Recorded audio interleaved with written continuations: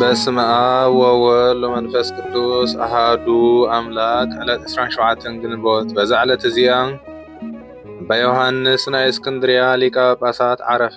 ንሱ ቁፅሩ ካብቶም 30 አበው ሊቃነ ጳጳሳት እዩ። እዚ ቅዱስ እዚ ካብ ክርስቲያን እዩ። ሕያዋይ ሰብ ኮነ። ካብ ንእስነቱ መንኮሰ። ዓብይ ተጋድሎ ተጋደለ። ነብሱ ኣብ በዓቲ ኣሰረ። ዜንኡ ሕያውነቱ ፍልጠቱ ኣብ ኩሉ ተሰምዐ እሞ ሒዞም ኣብ ሃገር እስክንድርያ ሊቀ ጳጳሳት ሾምዎ። ኣብ ዘበን ሽሞቱ ብዙሕ ድርሳናት ደረሰ። እግዚአብሔር ኣብ ዘበን ቀርነ ድኽነቱ ኣቆመ። በቲ እዋን እቲ ኣናስጣስዮስ ዝስሙ ጻድቕ ኣማኒ ንጉስ ነበረ። በዚ ዘበን እዚ ድማ ቅዱስ ኣቦ ኣባ ሳዊሮስ ናይ ሃገረ አንጾኪያ ነበረ። እሱ ናብ ኣባ ዮሐንስ ብዛዕባ እታ ቅንዕቲ ሃይማኖት መልእኽቲ ጸሓፈ። ኣብታ መልእኽቱ ከዓ ጎይታና ኢየሱስ ክርስቶስ ምስጋና ንዑ ይኹን ድሕሪ ተዋህዶቱ ሓንቲ ጠባይ ብዘይ ምትሕዋስ እዩ ዘለዎ። ከም ሃይማኖት ኣቦታትና ኣባ ዲሜጥሮስ ኣባ ዲዮስቆሮስ ትብል ነበረት። ኣባ ዮሐንስ ከዓ ምስ ኤጲስቆጶሳቱ መልእኽቱ ተቐበለ። ብዛዕባ እቶም ተፈላለዮም ዝነበሩ ኣካላት ናብ ቦትኦም ተመሊሶም ሓደ ስለ ዝኾኑ ንጎይታና ኣመስገንዎ።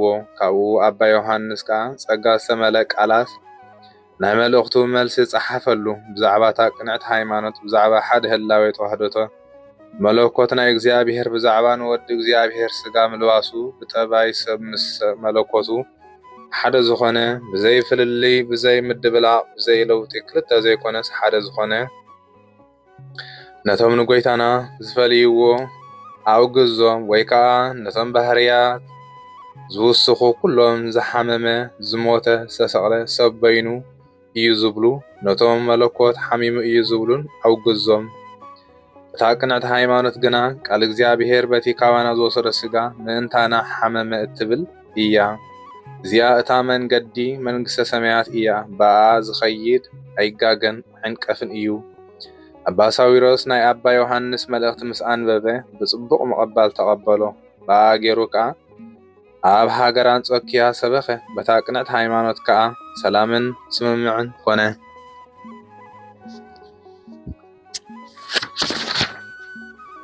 እዚ ኣቦዚ ንህዝቡ እናመሃሮም 11 ዓመት ተቐመጠ። ካብኡ ሰላም ዓረፈ። በረኸቱ ምሳና ይኹን ንዘለዓለም ዓለም አሜን።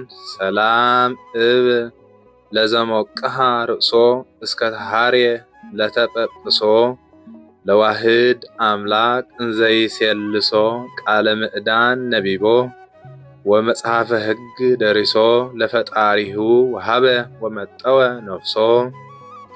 በዛ ዕለት እዚኣ አልዓዛር ጻድቕ ሓዊ ማርያን ማርታን ዓረፈ።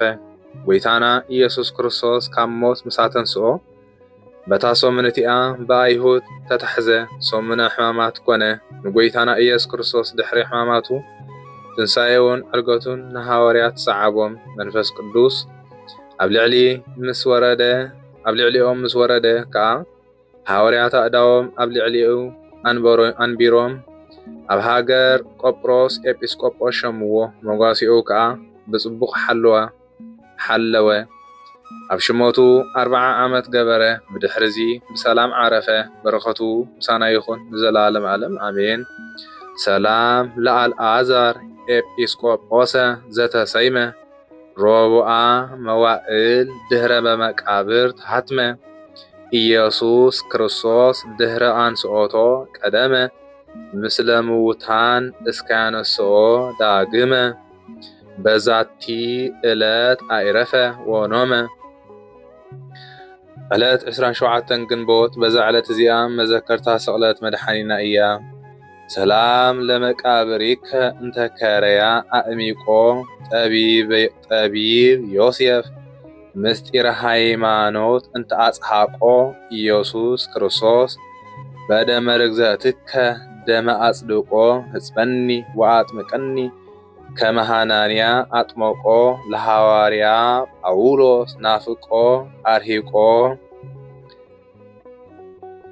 ለዓለመ ዓለም አሜን።